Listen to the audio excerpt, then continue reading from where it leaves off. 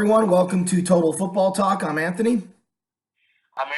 and sorry for the delay, but I had a lot of stuff going on Sunday and Friday, and man, it's been a crazy Memorial Day weekend. Let me tell you what. But Sunday is here. We're going to do this Veterans Day. Veterans Day. Okay, you're 4 months past. I'm also on 4 hours of sleep, so bear with me. All right.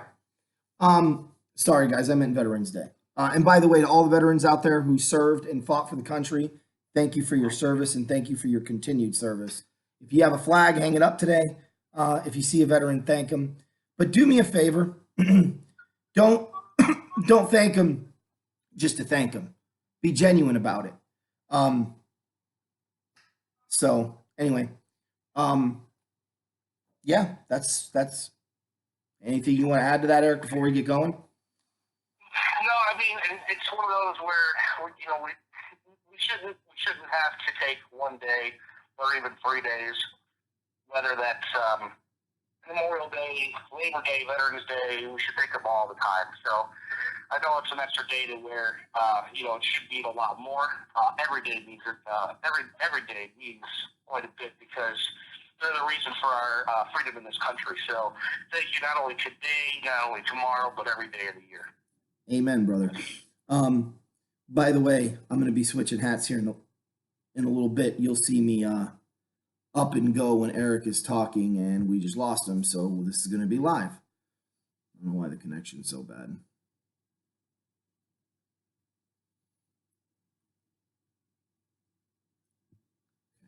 We'll be back. Technical issues. All right, so let's talk about some football games here.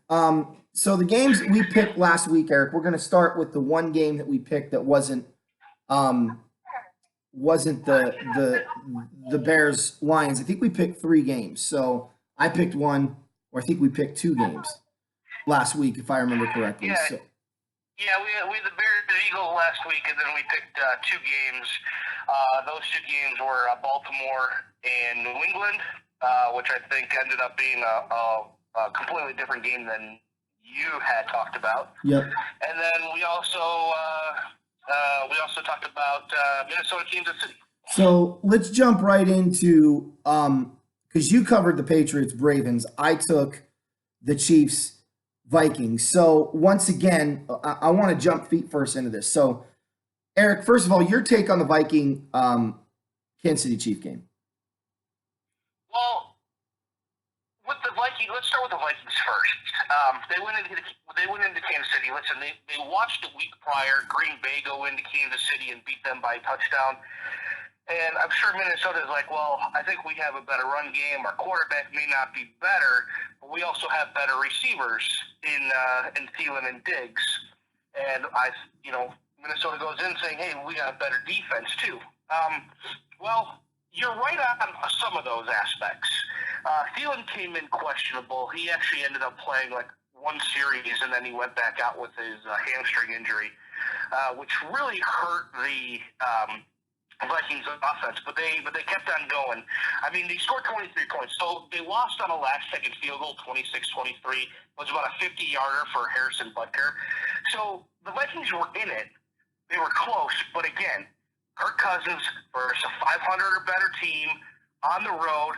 They haven't won. The Vikings, that is, haven't won in Kansas City since before 1994. So it's been a while. Cousins, again, can't beat a team over 500. Again, can't beat them on the road when they're over 500. They have another road game this week coming up. I don't think we're going to touch on that game, but but the Vikings they leaned on Cook, but he didn't have a monster game for that. And Cook is actually the leading rusher in the NFL, only by about 13 yards now. Christian McCaffrey's behind him, so he's got his work cut out. He hasn't had his bye week yet, but when I looked at it, I'm like, Vikings defense, what's going on? They let Damian Williams, of all running backs in the league, and I'm not saying Damian Williams is a slouch by any stretch of the means, but Damian Williams had a 91-yard touchdown run through the heart of the Vikings defense, and he got outran by his own teammate, which is hilarious. Tyreek Hill pretty much made it to the goal line before Damian Williams did. He was 10 yards behind after it all started. That was actually a hilarious play if you go back and watch it. But yeah, the Vikings defense they let Matt Moore of all quarterbacks beat them. And Matt Moore's back to the bench this week as Patrick Mahomes comes back. But that doesn't help the Vikings at all. The Vikings just couldn't stop anybody. I mean, Matt Moore had a lot of guys to throw to. Handing the ball off to Damian Williams, throwing to Kelsey. Kelsey was getting wide open all day. Tyreek Hill had 140 yards receiving. I mean, dude had another 40-plus yard touchdown catch. And there's nobody really in the league that can cover him unless you roll a safety over the side. But then you're going to leave open Sammy Watkins, and you're going to leave open any of their other kind of no-name wide receivers that they have. But the Vikings again, they take it out when they could have easily gone in and got a W. Well, but here's the thing, okay? You mentioned it. Kirk Cousins on the road against a team with a winning. I know. But That's your kryptonite. but it's more than that for me. In the beginning of the year, I said the Vikings would be 8-8. I didn't think they would win a single game on the road. I was wrong. And they may end up 10-6. They may end up 11-5. But I'm willing to bet every single one of their losses are going to be road losses because this team outside the dome, and this is the problem that I have with dome teams. I saw this with the Rams. They're not built to win outdoors. The Rams, they have a winning record since moving back to LA on the road. I mean, it's unbelievable. But well, there's also a reason why that Minnesota hasn't been to a Super Bowl since before they moved into a dome. Exactly. I think there is something to that. But this Viking team, for me, there's two things that's holding them back. Their coach is very unwilling to evolve and change things even with the same personnel. The other thing is I don't recall the Vikings having a lot of turnover the last few years on defense. So people kind of know what those defenders are capable of doing, and they could start to game plan and work it. And once you've gone up against a guy a few times, especially teams in their division, you figure out ways to block him. I mean, even Aaron Donald went a stretch without getting any sacks because people triple-teamed him and said, you're not beating us. And once you figure out how to stop their big weapons, the reason I say it's miscoaching, though, Eric, is their corners. Their corners are probably two of the best corners in football. And you can match up against just about anybody, rush the quarterback, use your back. I think they have one of the best secondaries in football. They have good safeties, phenomenal safety. They have two good corners. You can do some coverage. You can do some man coverage. You can do some double coverage. Or zone. But I don't know. It just seems like it's the same old thing with the Vikings every single week. Like if the Rams played Minnesota, the Rams could just go back to the film McVay used his rookie year as a coach and figure out how to beat him. Just watch one tape. So I know they lost that game in Minnesota, but it's a different. It's you got to evolve as you move along. I haven't been impressed with Minnesota. To be honest with you, I'm not impressed with the NFC Central at all. I think overall as a division, it's kind of bad. I mean, there isn't a single team in that division that I want to see play in the playoffs, but someone's got to win the division.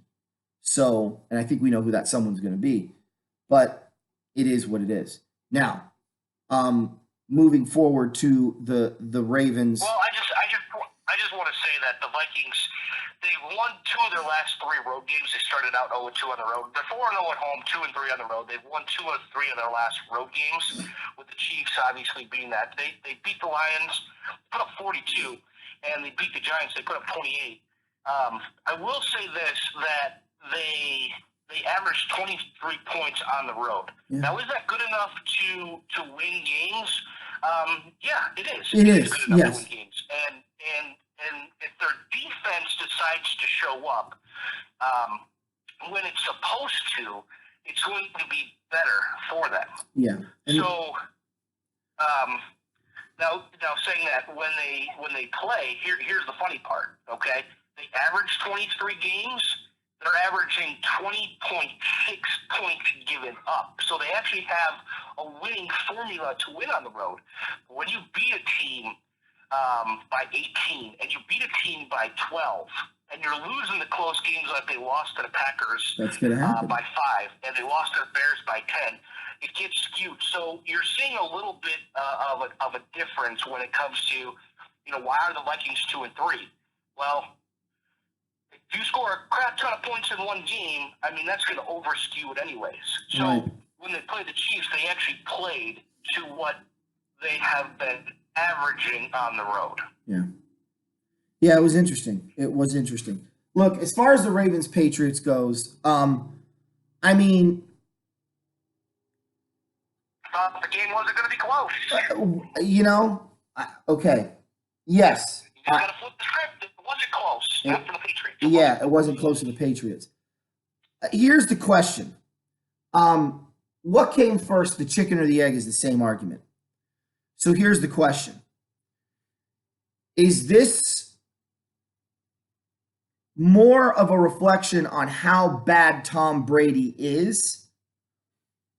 Or is this a reflection of how good Jackson is? Or is this a reflection of the Patriots finally played somebody and got the doors blown off? I think it's a mix, but you also have to go back and watch the game. There were a couple plays that actually turned the tide. And you know what? Everybody always says, New England gets the calls, New England gets the calls, New England gets the calls. Guess what? It doesn't happen all the time, okay? Yes, there are few and far moments in a Patriot season where calls don't go for them. For example, James White tripped over his own player's foot. The refs called that he dove and gave himself up. He probably would have scored on a replay review, but the refs didn't call a touchdown, so they didn't replay it, and it was within 2 minutes, and they didn't go upstairs to review it. They settled for a field goal.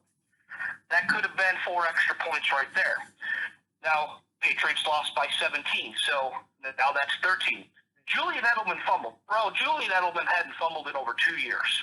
That fumble was picked up, returned for a touchdown. There you're looking at a 14-point swing if New England was supposed to go in. So, okay, so it's 37-24, but then you take off that 7, it's 31-30. Just doing a little math here and there. Again, New England, there were a couple plays that went against New England. Hey, and everybody likes when a play goes against New England. Don't get me wrong. You're never going to get somebody who's like, oh, yeah, that was a crap play, and New England should have got that. No. Nobody's going to say that. After everything that's happened the last 19 years with them, nobody's going to say that. But it just goes to show you that 2 plays went against them.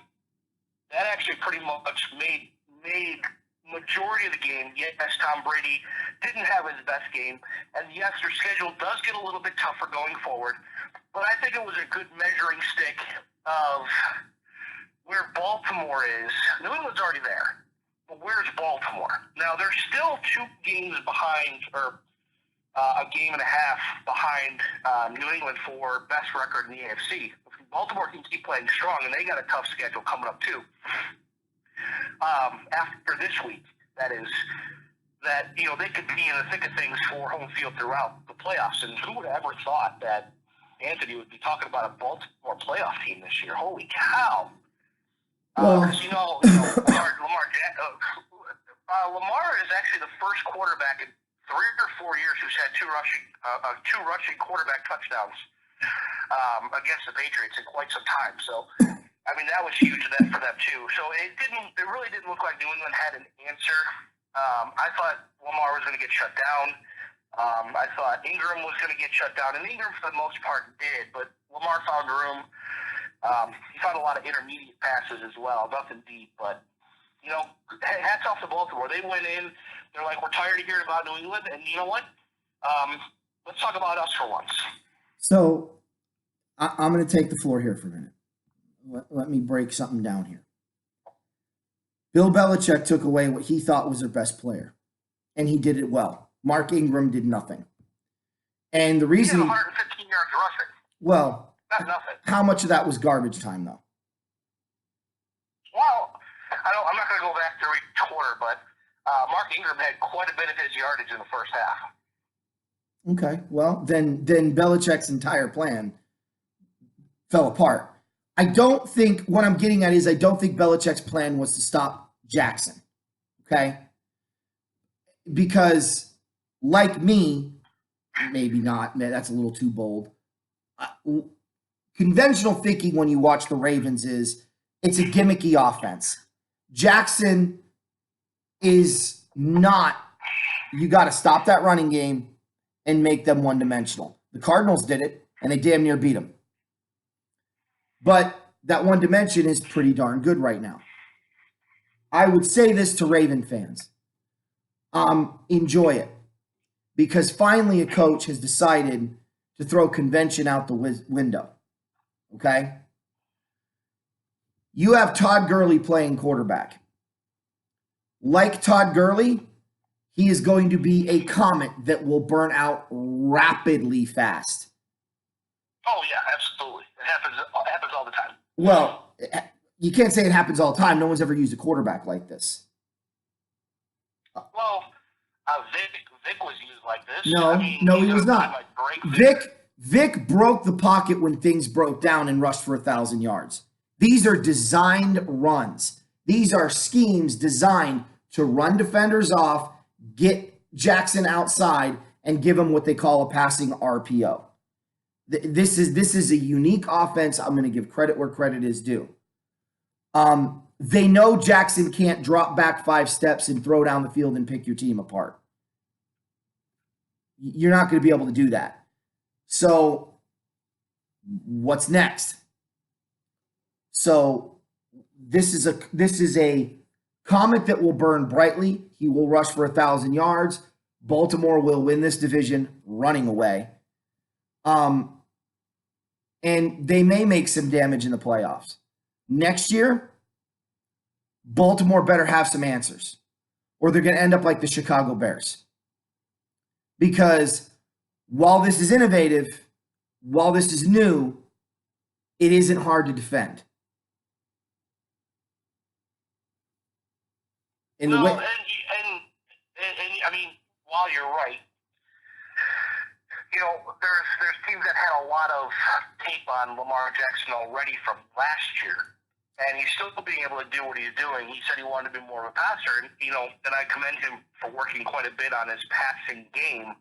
I think he's come a lot further along than Josh Allen has after watching both.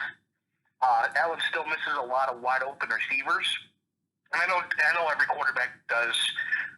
It's not a proven formula, but I think Jackson has improved quite a bit.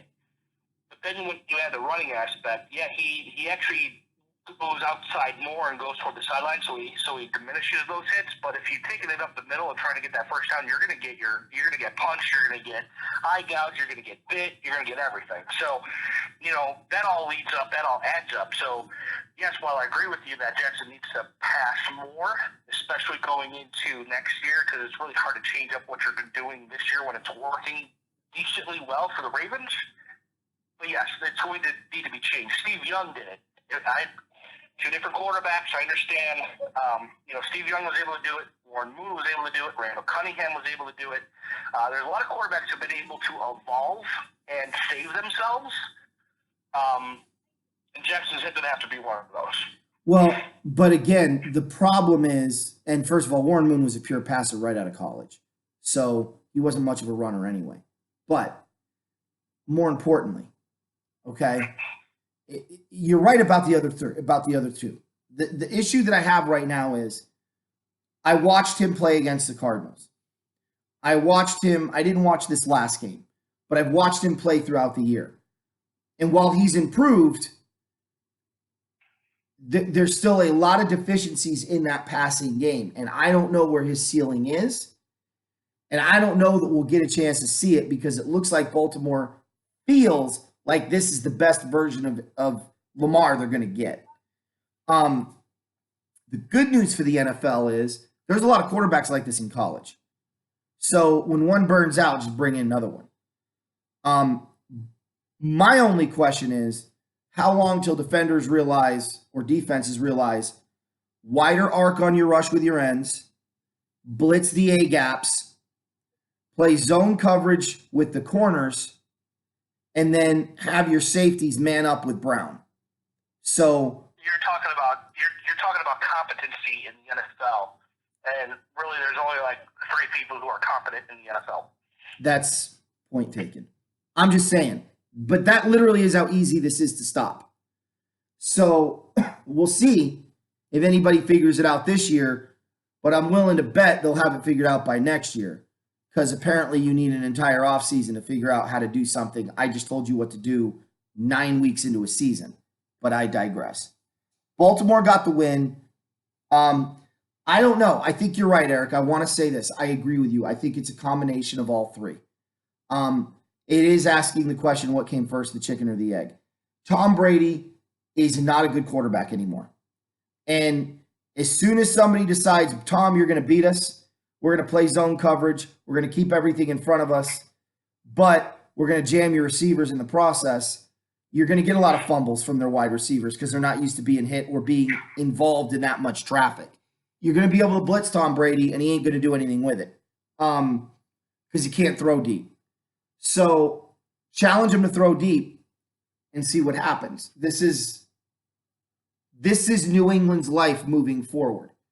Defensively speaking, it's hard for me to get excited about New England when you beat the Jets, you beat the Bills, which isn't exactly an offensive juggernaut. Okay. No, but teams that they have to play twice a year. I know, in division, but that's my point, is when you're in that division, you don't get, I'm not going to complain that you're playing those teams because you have to every year, but I'm not giving you credit for beating those teams. You literally should go 6-0 every year. You don't have to give credit, I understand that, but it's not the Patriots' fault that the Dolphins, Jets, and Bills are not trying. No, it's not. But at the same time, I'm not going to then go, what an unbelievable defense they have. These are the games I'm going to measure you by. Right. And the last half of the season, the last remaining 8 games for New England, that is, we're going to find out who exactly they are. Right. Because they went 8-0, they faced one tough team in the first 8 games.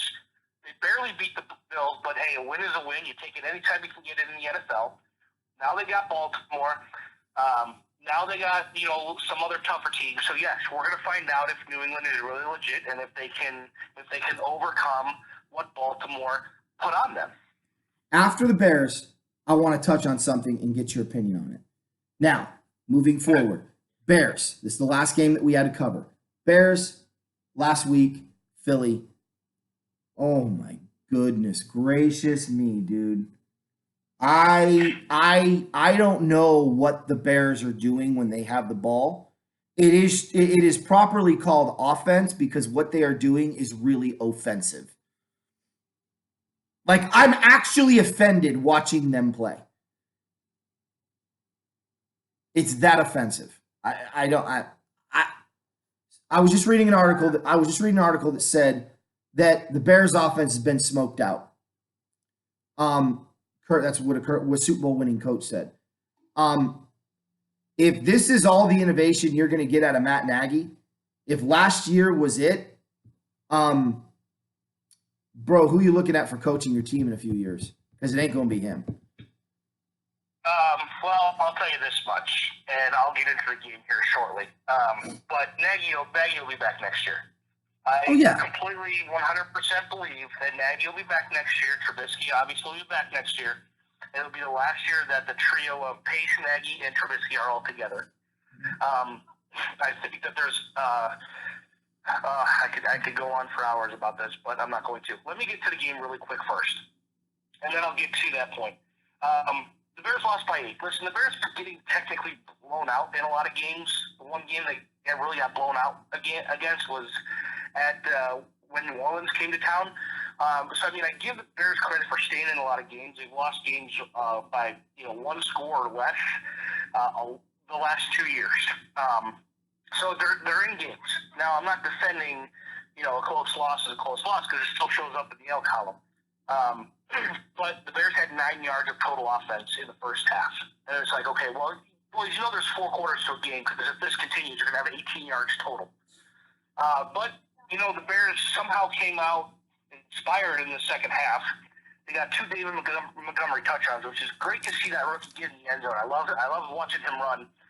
They had a nice, beautiful pass out to Taylor Gabriel, but, you know, Taylor Gabriel is not a number 2 wide receiver. I don't know how many times I want to tell this, but I'm going to keep saying it until it's true that he's not a number 2. I won't be surprised if he's cut in the offseason. But we need another threat on the opposite side of Allen Robinson. Now, Allen Robinson didn't even show up in the game. He had 1 catch for 6 yards. And it's like, what's going on here? Like, you can easily throw on the Philly defense. I saw it last year in the playoff game where I was like, do the double move, throw the out and up. You know, you can beat them all day. They finally did in the fourth quarter. I was like, man, it only took you guys 4 quarters to figure out what I was seeing in the first quarter. Mm-hmm. And then, you know, Trubisky just really there's no hope for him. And I can go into everything that I'm hearing because, man, it is absolutely brutal. You got people calling for the Bears to trade for Cam Newton. I'm sorry. You don't replace trash with trash. I'm sorry. Cam is not good anymore. Oh, well, we should get Mariota. No. Mariota can't throw more than 5 yards downfield. You don't get Mariota to replace Trubisky. Oh, well, this guy or that guy, it's like throwing poop at a wall and seeing what sticks. Yeah. No. Jacksonville has their quarterback of the future in Gardner Minshew. You call Jacksonville and you say, let's make a trade for Nick Foles. Because we know you want that money off the books. We need a quarterback. We need Mitch to learn behind somebody. And you bring in Nick Foles.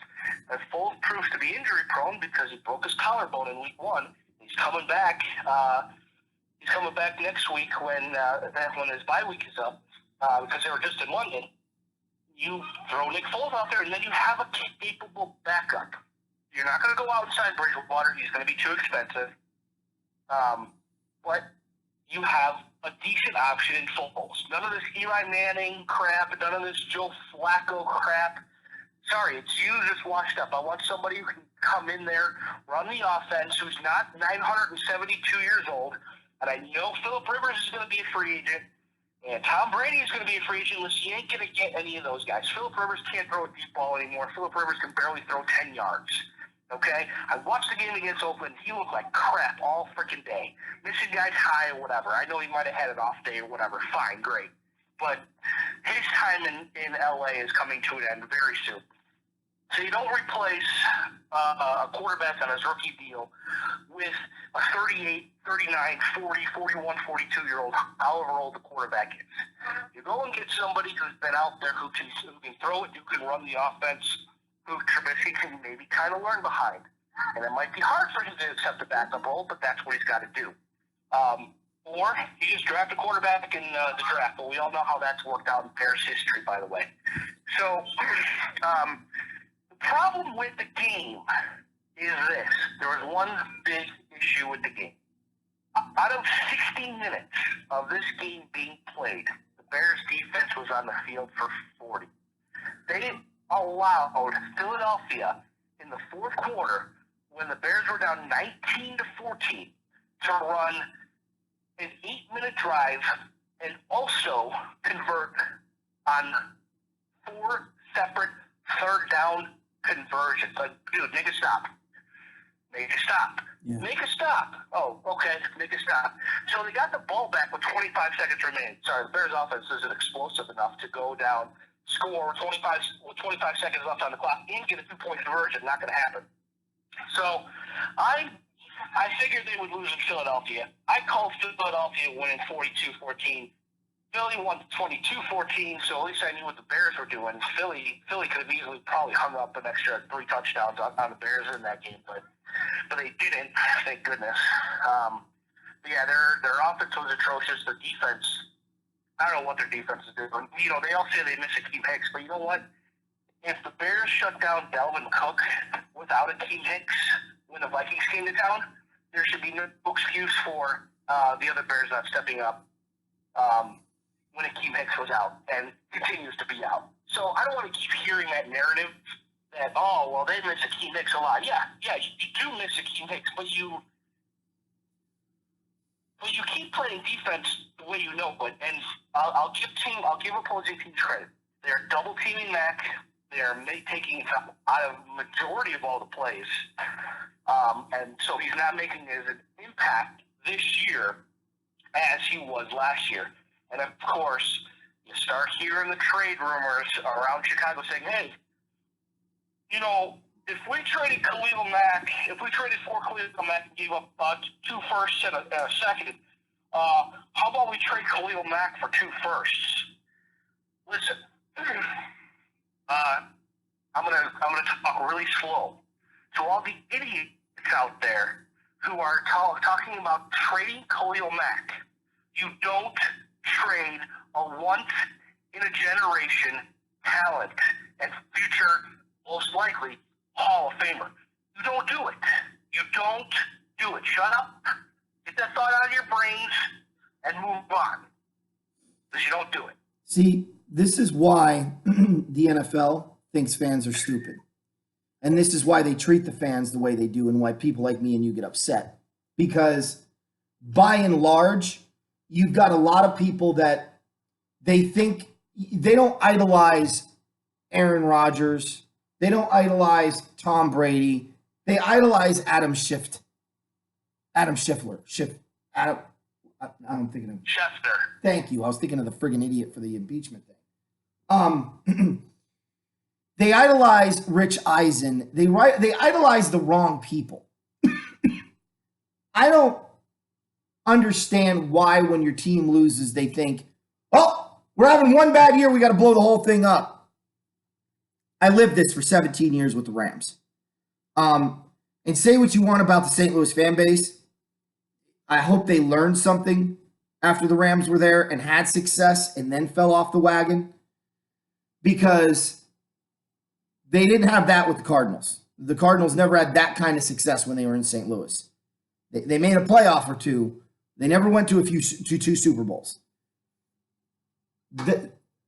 For all of their credit for being baseball people, boy, they're dumb when it comes to football. And LA fans, even now, are Goss garbage, get rid of him and trade this and trade. It pains me to say trade Todd Gurley. But my attitude is you're not going to get rid of McVay. And if McVay really thinks Gurley is this incapable of playing football anymore, then he's a liability on the field and we need to get somebody in there who isn't.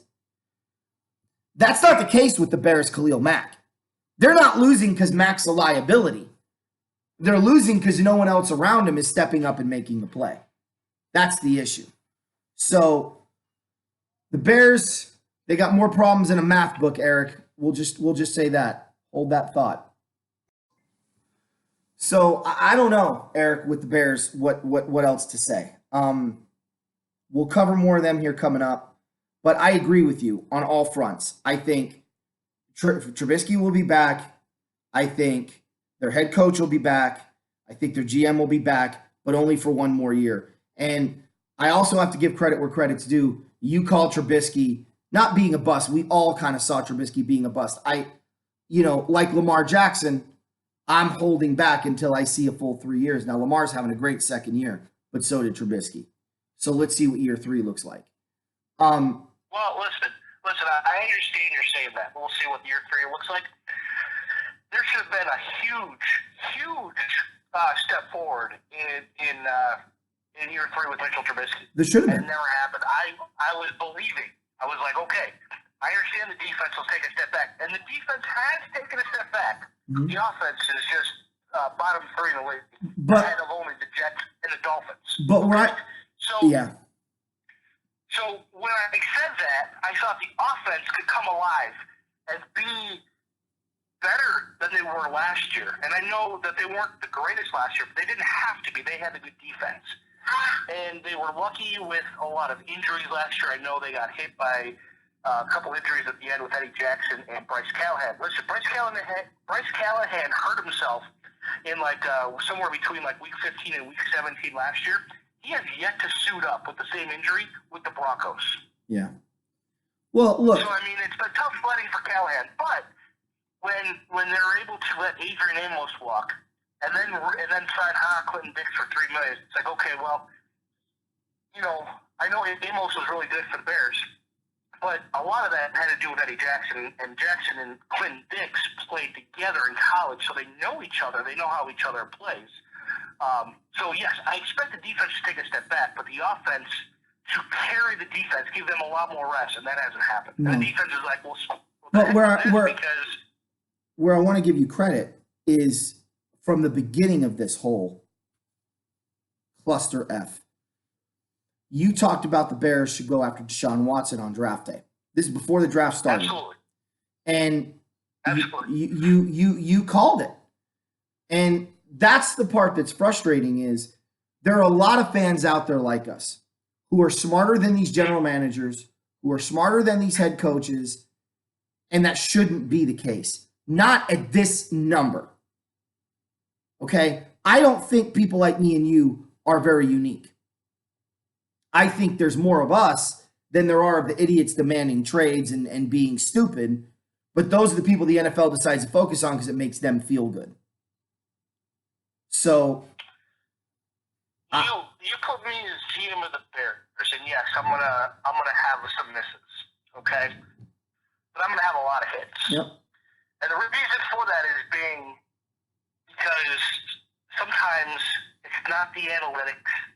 Sometimes it's not the stats in college.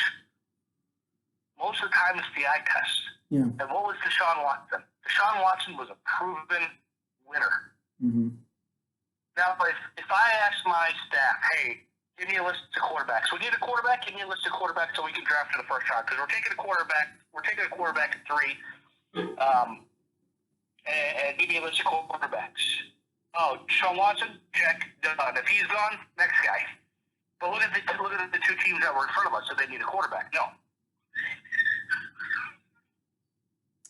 And the real mind boggler is that they thought Trubisky wasn't going to be there. Yeah, which is hilarious because somebody dropped somebody had to drop some nugget in somebody's ear, but like, oh yeah, Trubisky's going to go top 3, top 2. And the Bears like, oh, we got to get up there. Eric, he wasn't even a Eric, top half of the first round. Eric, I'm sorry, I don't believe that for a New York minute. I don't either, but I think the 49ers. I think the 49ers told the Bears, because the Bears let the cat out of the bag early on, if you remember. And because no one was surprised that the Bears took Trubisky. So I think the 49ers called them and said, hey, we have a trade offer for Trubisky. Do you want him or not?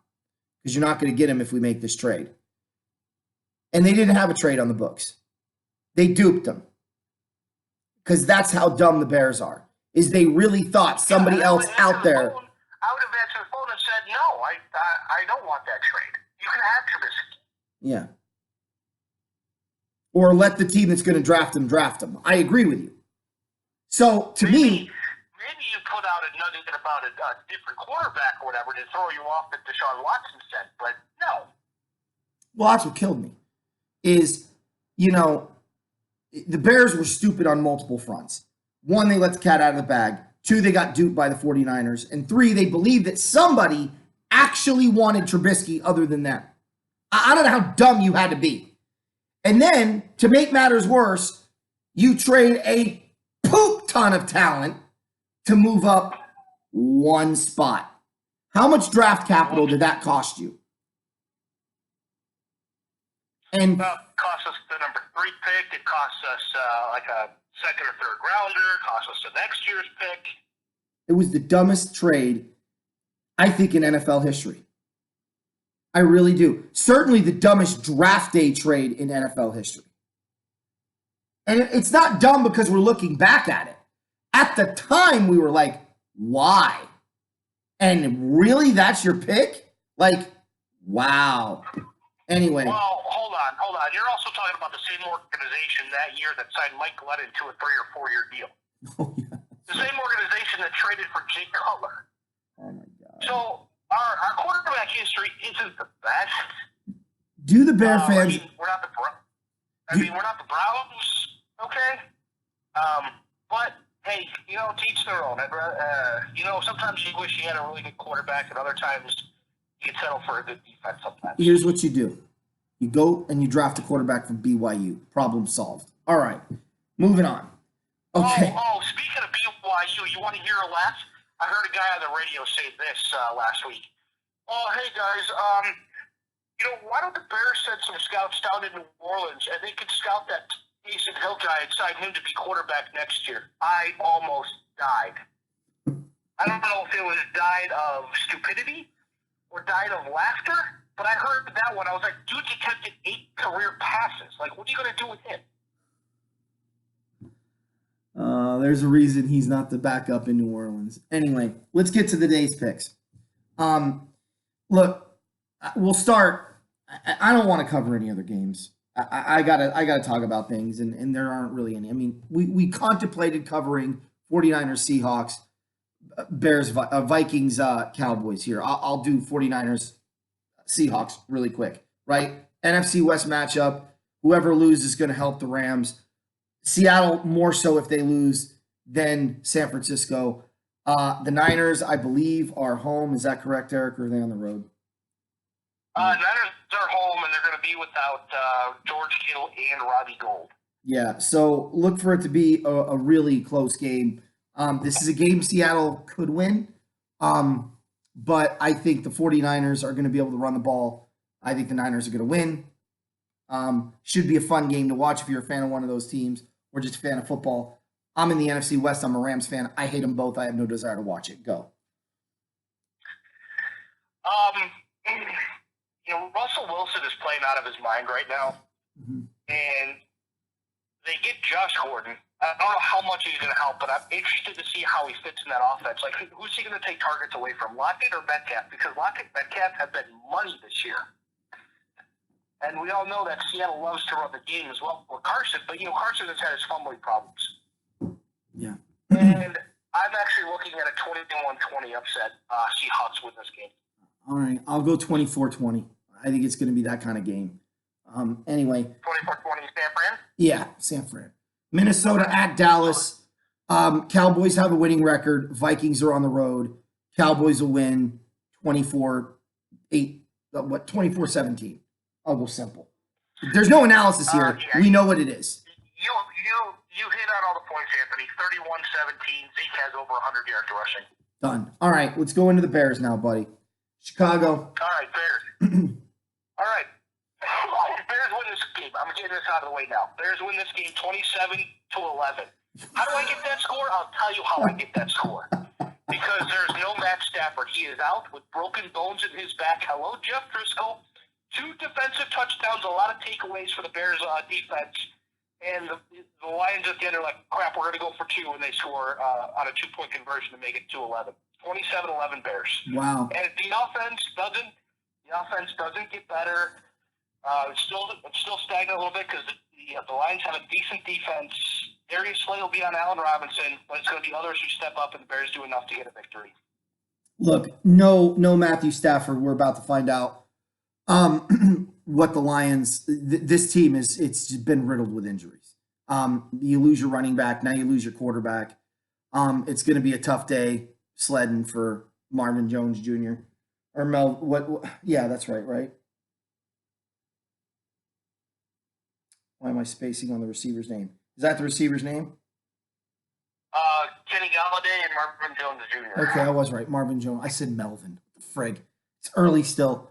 What are you talking about? I traded him to you, fan. Yeah, you did. Yeah, thank you. Although now I got no quarterback thrown to him, so good deal. Look, That's true. I agree. Jumping up somebody else. Oh wait, you can't. Yeah, I'm out of money.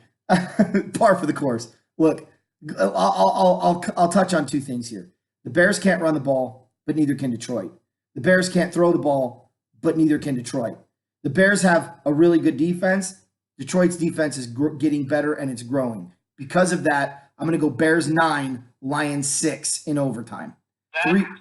That's hilarious. By the way, the Bears can run the ball. They just found a way to do it. They actually have to run more out of the I formation, something that they weren't prepared to do in the beginning of the season. They've changed a little bit. That's how they were actually able to get a lot of good running through from David Montgomery. And, one of the Bears' big pickups in the offseason was Mike Davis, 2 years, $6 million deal. Well, they cut him They didn't really use him. They used him maybe like 15 carries throughout the year. So he was kind of like a forgotten guy on the bench, but now they're going to be able to get a compensatory pick, something that they haven't had since 1995. Wow, that's a long freaking time, dude. Look, that's the last time the Rams were in LA. That's how long ago it was.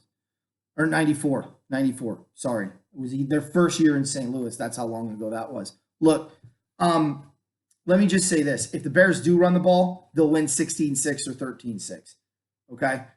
It's going to be that's the difference. It won't go into overtime. All right? But it's going to be an ugly game down in Chi-Town. Unless they get some defensive touchdowns or something happens on special teams. But I have a lot of respect for Detroit's head coach.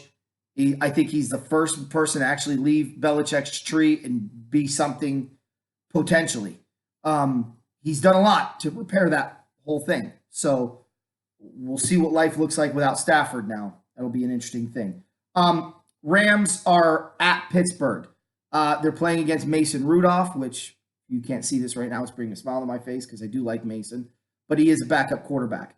The Rams all time against Pittsburgh are 15-9-2. They're 12-5-1 against the Pittsburgh Steelers as the LA Rams. The last time the Pittsburgh Steelers beat a Los Angeles Rams team was 1990. And that was the year the Rams were in the midst of a 10-game losing streak. Well, not a 10-game losing streak. That was 91. That was the year that they were projected to win the Super Bowl and lost a whole bunch of talent due to injury and just the hangover from the championship game. Prior to that, the Pittsburgh Steelers had never beaten the Rams that badly. So it was kind of just a perfect storm in 1990. But that's the last time a Pittsburgh Steeler team beat the LA Rams. 93, the Rams went into Pittsburgh and blew the doors off them 27-zip, and then they jumped ship to LA, or from LA to St. Louis, and the Rams only won one game after that, and that was in 2003. So this is a long time coming. So I'm looking forward to this. It's a Super Bowl 14 rematch, a game that the Rams, coulda, shoulda won. What ifs all abound, but bottom line is they didn't. Pittsburgh got their fourth championship in that game and became the dynasty that everyone knows and is aware of today. What about this game today? You've got no answer for Aaron Donald. Your offensive line has been garbage for a long time. You have no Connor. You have one wide receiver. There is no Antonio Brown. I wasn't really worried if Rapesberger was in this game or not. Defensively speaking, you've played well against bad teams, but Miami went into your building and had a 14-0 lead before they became the Miami Dolphins. This is not the Miami Dolphins. I think Jared Goff is going to get protection. I think he's going to have time to throw. I think the Rams are going to try this running back by committee, which is going to hurt, but they'll probably end up with about 80 to 90 yards total rushing. But the real showman in this game today, it's going to be Cooper Kupp and Robert Woods. I'm expecting a big game from Robert Woods. Aaron Donald, he may not have the day everyone's thinking he is because a return home, you will go one of two ways. You either have a big performance or you're a no-show. I think it's going to be somewhere in between. I think he's good for a sack and a half, maybe a forced fumble. Whether the Rams recover that, I don't know. Overall, I think the Rams have too many weapons on offense. I think they have too many guys on defense to put pressure on the quarterback, including Clay Matthews, who's back. I think the Rams win this game 27-10. Yeah, I like the whole Aaron Donald homecoming first game back in Pittsburgh since his college days. I do like the narrative there. The Rams are healthier than the Steelers coming into this game, which to me gives them an advantage. And yes, they're not facing Roethlisberger, which I think helps. Mason Rudolph has been serviceable. He hasn't been the greatest. So I think there's going to be a lot of pressure on Mason Rudolph. But, when you lose Connor, which is fine for the Steelers because they have a capable backup in Jalen Samuels who caught 13 passes last week against the Colts. And I know the Colts aren't the same as the Rams defense, and maybe the Colts are better than the Rams. Maybe the Rams are better than Colts. We don't know. Yes, there's playmakers on both sides of the ball for both those teams. and the Steelers are home. So I'm expecting Jalen Samuels to have another big target, big receiving out of the backfield game. So like 10 catches, maybe like 75 yards or something like that. Because of the pressure that the Rams will generate in Mason Rudolph's face. I don't think that Smith-Schuster is going to have a great game. Whatever side he lines up on, whatever side Ramsey's on, I don't expect him to shadow cover Smith-Schuster, but I expect him to be on him for more than half of his snaps that he's out on the field for. And then that really brings out to, can the tight ends for Pittsburgh, can they do anything against the Rams linebackers in secondary? That's going to be your key right there. If you see Vance McDonald getting open and getting a lot of catches and targets or whatnot, they found something in the Rams defense. But well, let me just. Also going to have to throw deep. He's going to have to throw deep to somebody. Okay, so I also think that the Rams are going to be able to control the clock. They're going to start out of the game passing with Goff. No Cooks in this game. He's out with concussion, the second in like 4 weeks. But he was practicing Friday, so that is good news. He did see a neurologist this past week in Pittsburgh, so he's on the right track. Smart to hold him out. And you're right, it's going to be the Woods and Kupp show. I do expect Woods to actually have a better game than he's had this year. Get in the end zone. He's only been in the end zone once, and that was on a rushing touchdown. So I do expect him to get a receiving touchdown here shortly, and in one of these weeks, maybe. And I expect that today. So I'm thinking it's going to be more of a 34-17 Rams game.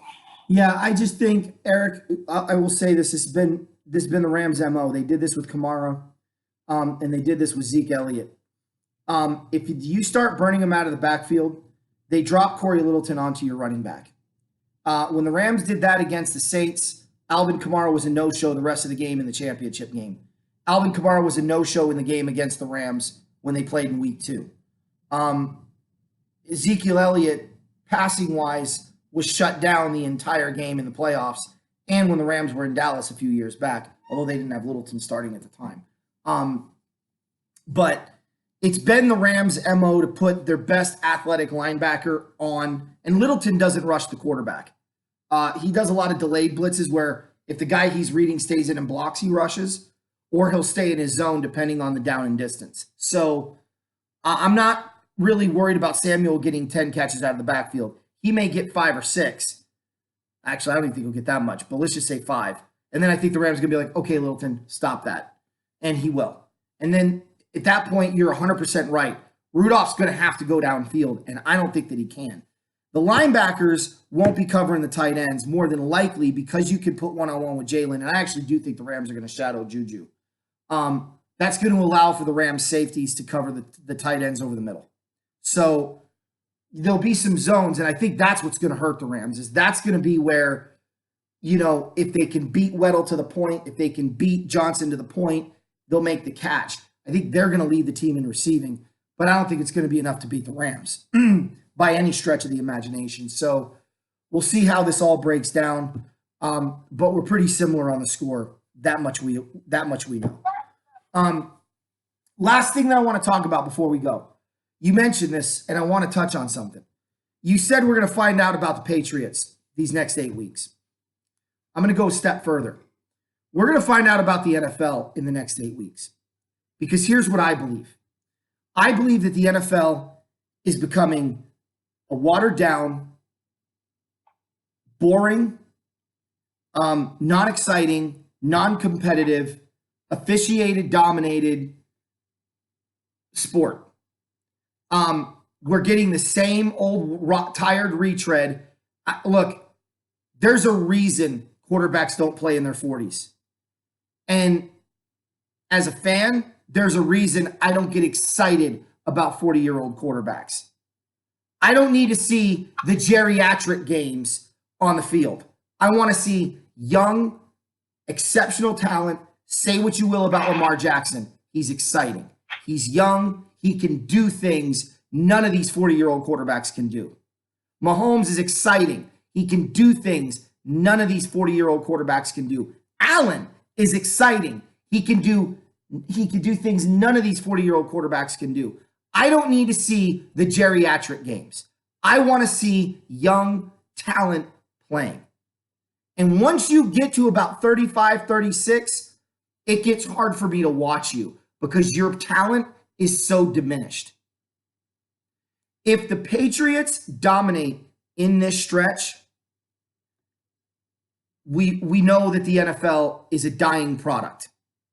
But at this point, to me, it may become more aware that it's a dying product to all of those people watching. Not everyone, but more people will start to come to this side of the aisle because there's only so much you can handle the Dallas Cowboys, the New England Patriots, the Pittsburgh Steelers, the Green Bay Packers, the Seattle Seahawks, the San Francisco 49ers. There's only so much that a man can handle hearing about those teams over and over and over and over again. And then you throw in the Saints. Then you throw in the Giants with Eli. And then you throw in the Chargers with Phillips or with Phillip Rivers.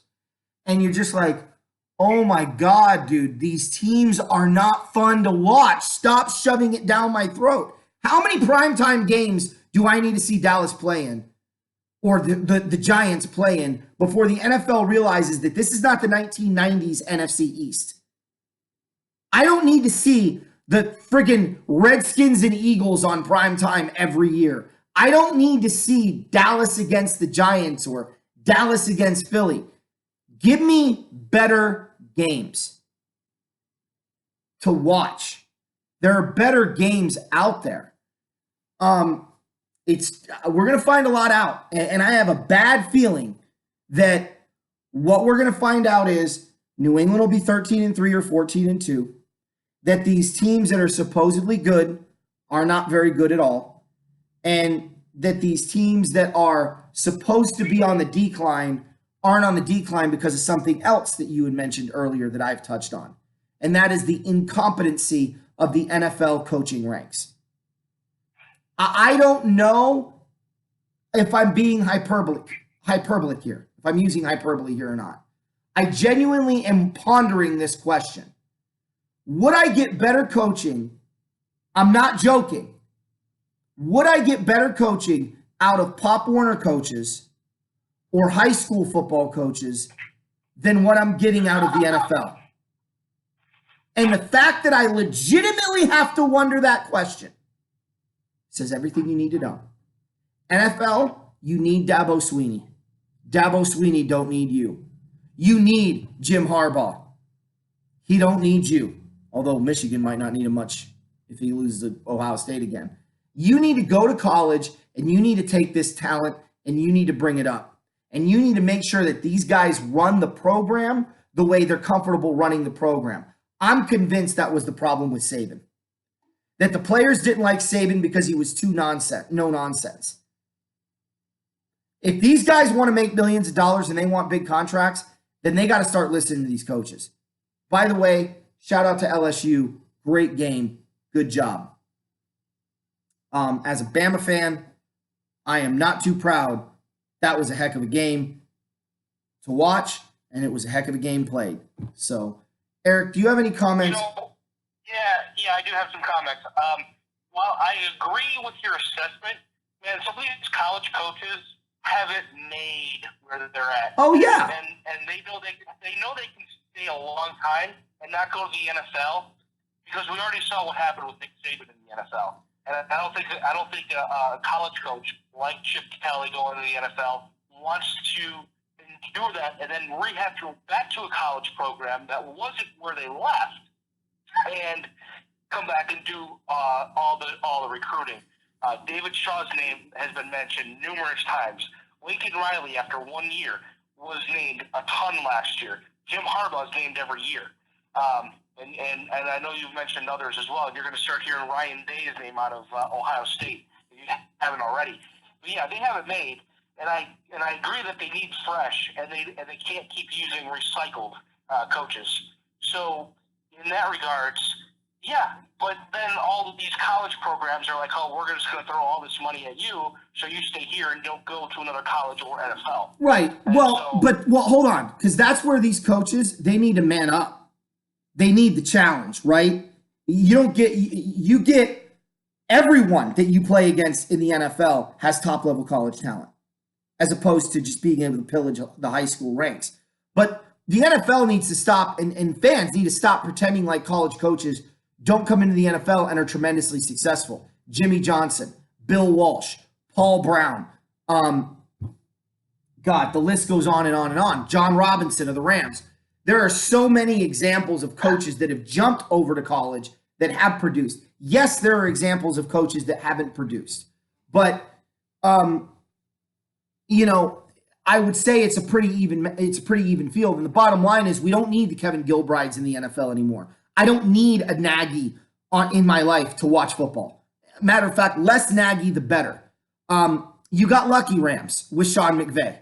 That was you took a shot in the dark and you hired somebody with little to no experience. You broke the mold. I think this is really what the NFL is missing. These owners are missing. It's not that the Rams, how did they find the next Sean McVay? They simply went against the model that's been used over and over and over again. They don't need a Jim Mora. They didn't need a Jeff Fisher. They needed something new, not something recycled. They didn't need a career coach. They needed somebody who was different. And that's really what the NFL needs, because these guys are garbage. Garbage. And I mean, from the guy squirting water in the mouth of the players, which is nothing I can go on a rant on later, to the friggin' head coach. They're all garbage. And you got guys like Bill Belichick that's like, I don't even think Belichick is trying anymore, bro. I don't think he's even trying anymore. He's like Thor in the first Thor movie when he's fighting the rock giants. At least make it a challenge for me, is what he's yelling from the rooftops, and no one can. It's embarrassing. I feel bad for Belichick. I really do. Because Belichick thrives. He was pumped for that Ram game.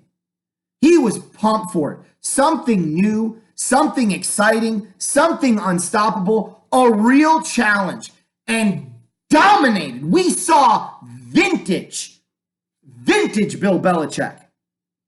And Flowers was able to cash the check because he got his job in Miami.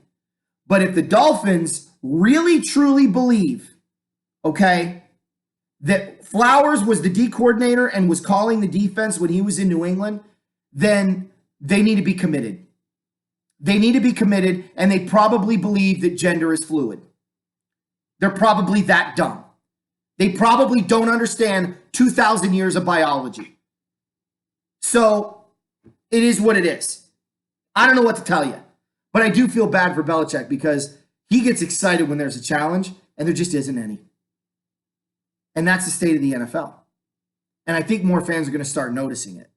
I mean, even Harbaugh, for all of his ingeniousness of how he's utilizing Jackson, watch a game. He makes some stupid calls. I think the dumbest coaching performance in a big game that I've seen in my lifetime was the Chief-Raven game. I could not believe the amount of absolutely boneheaded, dumb decisions I saw Jim Harbaugh make through the course of a 60-minute game. It was embarrassing. Anyway, you have more comments. Last year or this year? What's that? Last year's game or this year's game? This year's game. Okay. Yeah, I do want to add. Listen, guys, I know we're coming into the season where, you might have a free agent or two on your team, and you might be looking ahead to the draft. Start watching some of these college guys because they are miraculously friggin' great on the field. If you guys need a running back, take a look at Travis Etienne from Clemson. Look at a J.K. Dobbins from Ohio State. Yeah, his numbers are going to be inflated last week and this week because he played Maryland and he's playing Rutgers, which I don't think is fair, but hey, that's the schedule. Yep. There's a lot of guys out there. Benjamin is one when he gets out in the open field. He's got a lot of good moves, can really help a team out. look at a guy like Tua as for your quarterback. If you're a Dolphin, Bengal, or who else is the other one-wing team out there? Who Jets fan? Washington. Move on from Darnold, but look at Joe Burrow. If you think in 2 years you can get Trevor Lawrence, I mean, there's the guys that you need to be looking at, watching as far as the eye test, because those guys are really going to help out a team. Look at a wide receiver like CeeDee Lamb out of Oklahoma. He is a stud, like with a capital S. I mean, it helps when you have Jalen Hurts throwing you the football and you're playing at Oklahoma in a big-time offense, but man, he just makes plays after plays after plays.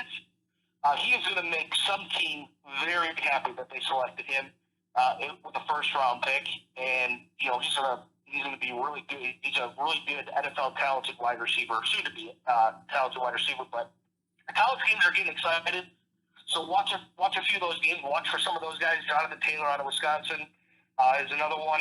I know he might have a few too many miles on his treads when he gets to the NFL, but he's still grinding. Had 250 yards yesterday against Iowa.